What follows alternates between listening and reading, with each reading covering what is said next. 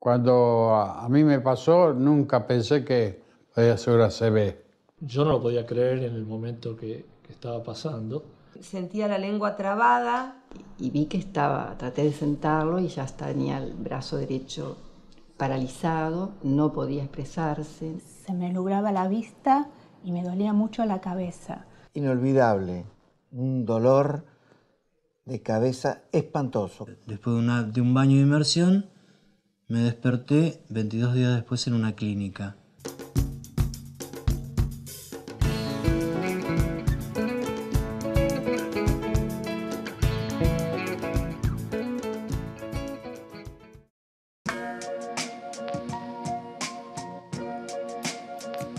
El ACV o ataque cerebrovascular impacta en el individuo y en la familia, marcando un antes y un después. Es muy importante saber cómo prevenirlo y reconocer las señales de alerta porque podemos hacer un diagnóstico temprano y un tratamiento eficaz. Un referente internacional en el tema es el Dr. Pedro Lilic. Su especialidad es la neuroradiología. Investiga y enseña sobre este tema en distintos lugares del mundo. El ACV, el ataque cerebrovascular, es una situación particularmente grave que puede producirse por dos factores. El cerebro necesita sangre.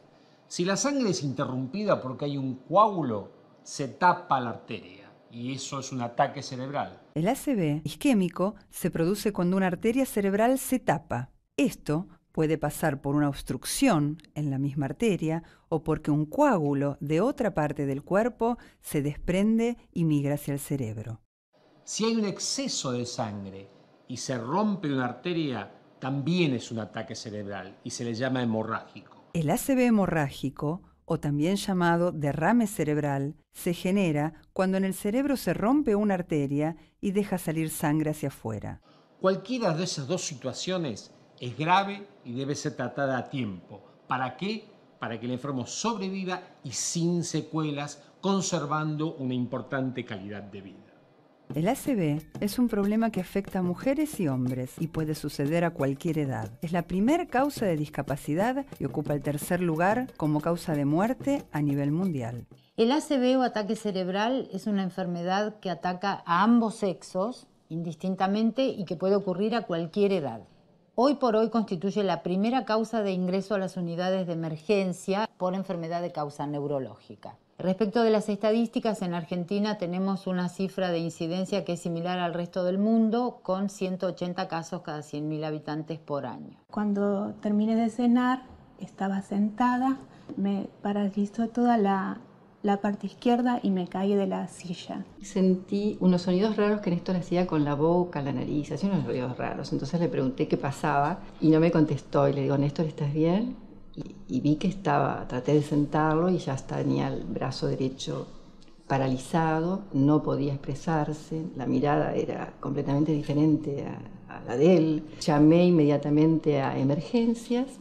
El dolor de cabeza intenso no me dejaba pensar tranquilo, pero confieso que yo, siendo médico, no me di cuenta que estaba en la frontera de un hecho muy grave. Le pedí que no fuera a trabajar, no obstante él continuó vistiéndose y cuando llegó al living de casa se desvaneció sobre el sillón y empezó a decir cosas muy incoherentes.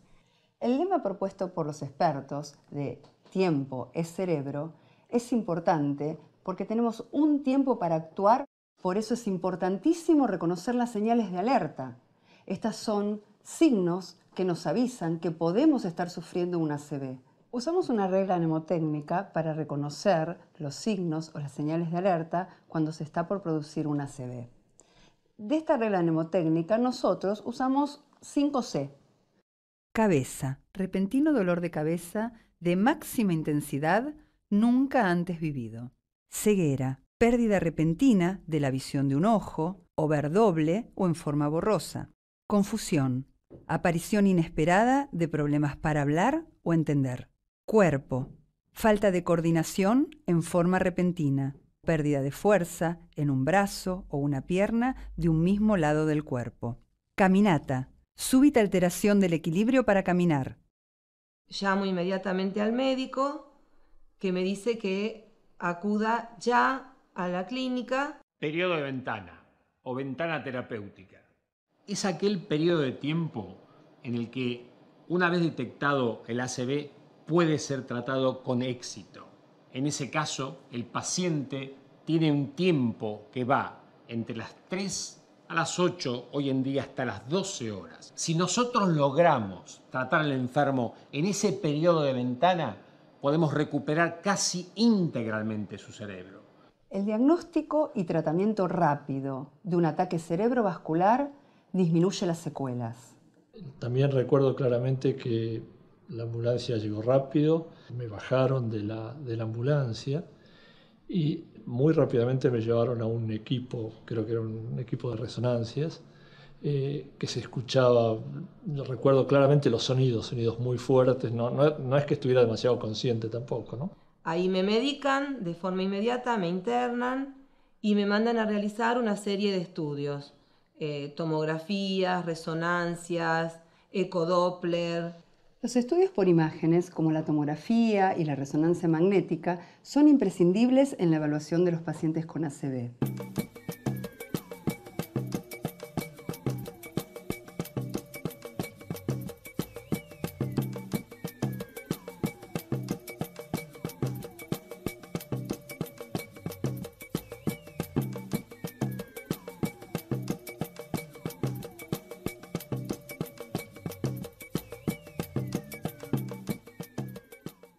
Una vez que el paciente con ataque cerebral ingresa al sanatorio, es hospitalizado en una sala de emergencias especial llamada Shock Room, donde el equipo que está destinado al diagnóstico y al tratamiento del stroke se hace presente y se le controlan los signos vitales, se le realiza un electrocardiograma y se toman muestras de sangre y orina como para descartar otras enfermedades.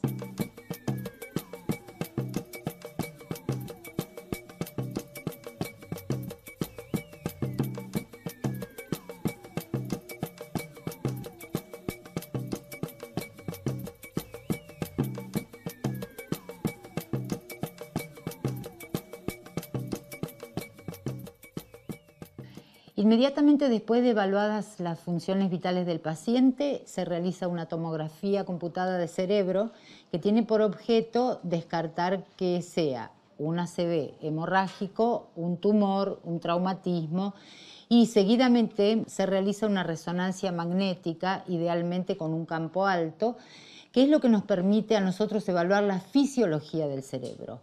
Cuando hay una arteria obstruida es muy importante poder cuantificar, poder determinar cuál es la superficie del área cerebral que está muerta por infarto, porque lo que a nosotros nos interesa es el área del cerebro que se puede recuperar. Una vez realizada la resonancia, que demora 15 minutos, el paciente es llevado a angiografía en los casos que necesitan un tratamiento para desobstruir la arteria o para hacer el tratamiento de lo que causó el ataque cerebral.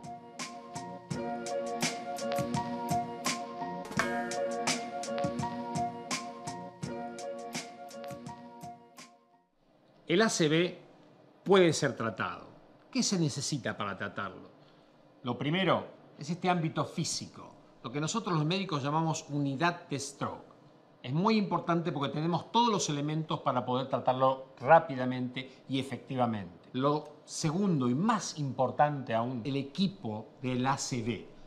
Es un equipo absolutamente multidisciplinario. Empieza con la puerta de entrada, donde el enfermo es diagnosticado a tiempo.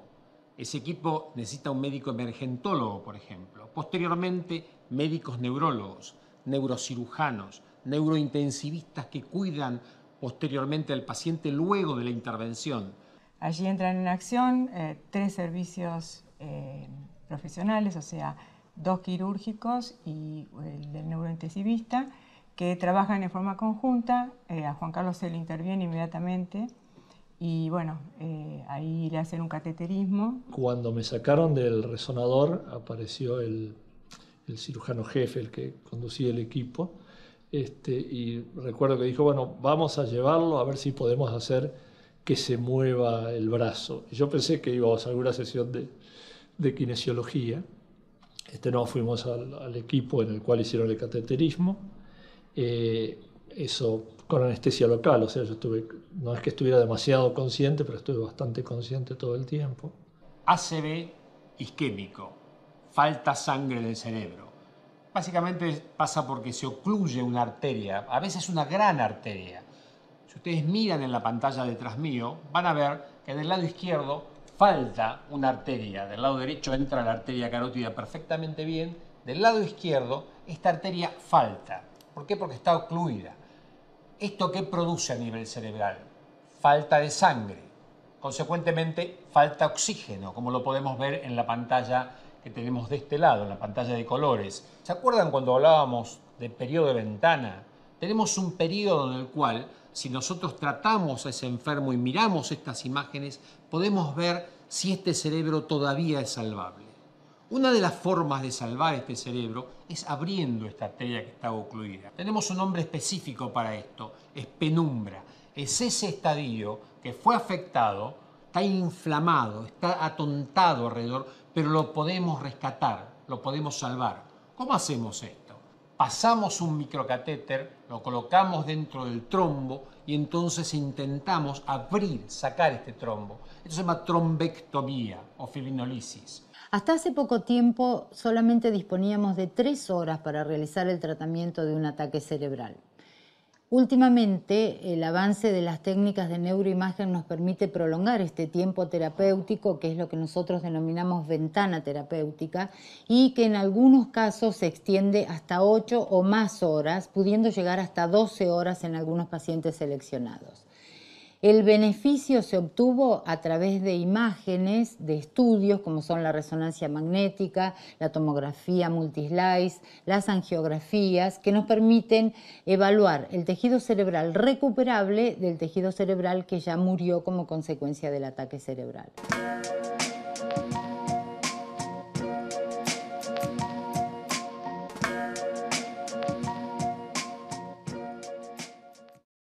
Tratar a tiempo la ACV disminuye muchísimo la posibilidad de secuelas y también los costos de enfermería y rehabilitación.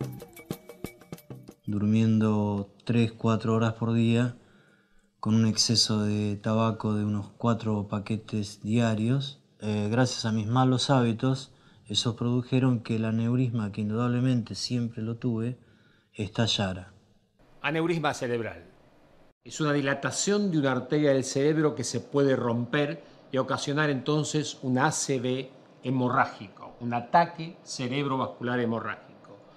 Situación particularmente grave que uno lo puede detectar por un signo único, algo que nunca ha sufrido antes, un terrible dolor de cabeza que se localiza especialmente en la nuca del enfermo. Se acompaña una sensación de mareos, inestabilidad. Los aneurismas cerebrales son malformaciones vasculares que están desde el nacimiento.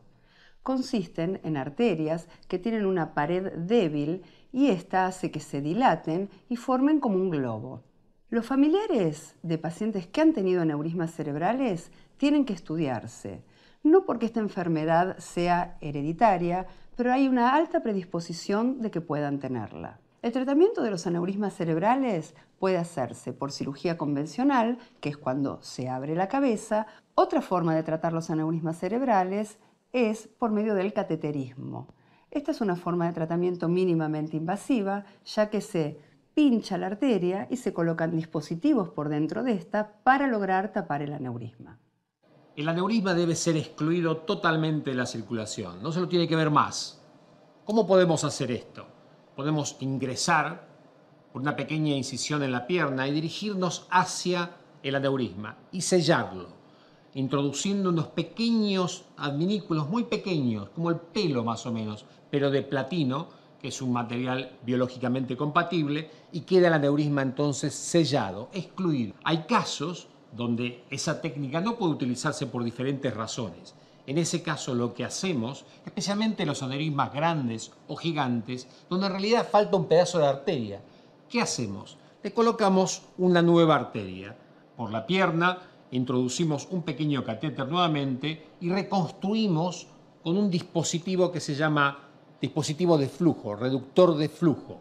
Deja pasar sangre al resto de las arterias cerebrales, pero ocluye totalmente la que va hacia el aneurisma. Luego comienza otra etapa igualmente importante, la etapa de la rehabilitación, donde entran kinesiólogos, fonoaudiólogos, médicos especialistas en rehabilitación. La rehabilitación consistió obviamente en varios pasos. Hubo un equipo más allá del que me intervino de rehabilitación neurolingüística, es decir, 1 o 2 veces por semana venían a mi casa 2 especialistas al respecto y aproximadamente 6 meses después de haber emergido de las sombras, el equipo que me intervino chequeó cómo estaba la situación quirúrgica y felizmente estaba bastante bien y de ahí la recuperación fue ganando terreno y yo pude volver a trabajar, tener pacientes, pensar. Hoy puedo hablar y decir y explicar este tipo de cosas porque es importantísimo actuar a tiempo. La rehabilitación en un paciente que sufrió una ACV es tan importante como el tratamiento mismo. Y esta está orientada de acuerdo a las secuelas que el mismo dejó. Lo que tratamos de hacer es que el paciente pueda rehabilitar ciertas funciones perdidas durante el ataque cerebrovascular. Entre ellas, muchas veces el paciente queda con alteraciones para la deglución, o sea, trastornos para tragar, con alteraciones en el habla, en el lenguaje, para ello hay rehabilitación fonoaudiológica, con algunos trastornos respiratorios, para lo cual se hace kinesiología respiratoria, y kinesiología motora en caso de una discapacidad o debilidad en un hemicuerpo. Así también es muy importante que el paciente haga terapia ocupacional y que se lo estimule para que recupere todas las actividades de la vida diaria. Si bien hay muchos pacientes que luego de una ACV quedan con una independencia funcional de un 100%, también hay un porcentaje de los mismos que quedan con una secuela neurológica permanente. Mis factores de riesgo, me dijeron, algunos médicos dicen que puede ser congénito, para otros la hipertensión arterial o también el tabaco junto con la toma de anticonceptivos. Yo tenía hipertensión arterial, diagnosticada y tratada por un amigo íntimo, cardiólogo que yo tengo.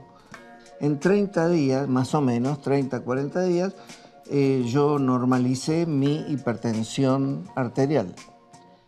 Y observemos lo que voy a decir porque me ocurre todos los días con los pacientes que veo.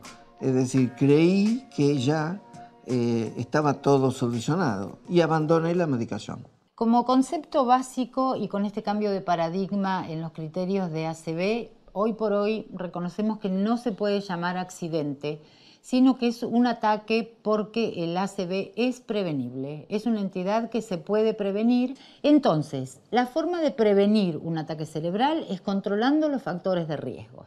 De estos, la hipertensión arterial es el factor más serio y que más frecuentemente genera infartos cerebrales. O sea que el concepto es que cuanto más alta es la presión arterial, más riesgo tiene el paciente de sufrir de un infarto. Otros factores que también se deben controlar son el tabaquismo, el sedentarismo, la obesidad, diabetes, las adicciones en general y el estrés no como un factor aislado de causa de ACV, sino que asociado a los demás factores de riesgo. La hipertensión arterial es un factor silencioso, eso sabía, pero nunca me habían dicho u observado que una vez comenzado el tratamiento debe ser instituido de por vida, porque una de las cosas que puede ocurrir es lo que efectivamente me ocurrió a mí. Tuvimos un ACV isquémico. ¿Qué podemos hacer para no tener un segundo? Es mucho más grave en general.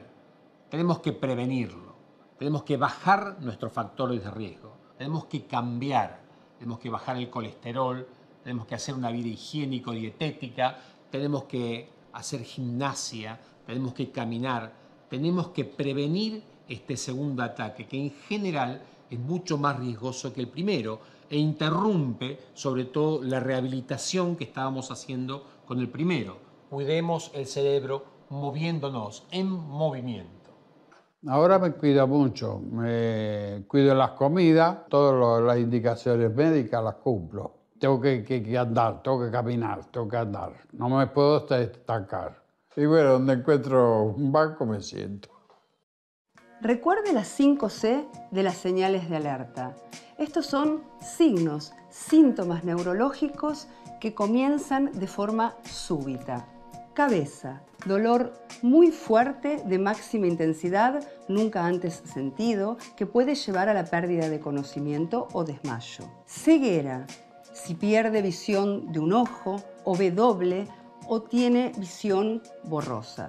Confusión, si tiene problemas para hablar, hacerse entender o se le traba la lengua como si estuviera borracho. Cuerpo, si siente que la mitad del cuerpo se le duerme repentinamente o pierde fuerza, por ejemplo, se le cae una taza de la mano o tiene imposibilidades para caminar. Caminata, usted puede sentirse con falta de coordinación o inestable y hasta puede llevarlo a la caída. Mi recomendación sería que ante la aparición del primer síntoma sospechoso busquen inmediatamente asistencia médica. No esperen a ver si se sienten mejor la mañana siguiente, porque si realmente tienen la desgracia de tener una ACV, lo antes que se corrija lo que está pasando, más fácil y más corto va a ser el proceso de recuperación. Luego de la recuperación de la ACV, lo recomendable para todo el mundo es cuidarse de los excesos, no hacer las cosas que no están normalmente permitidas y vivir la vida lo mejor feliz que se pueda.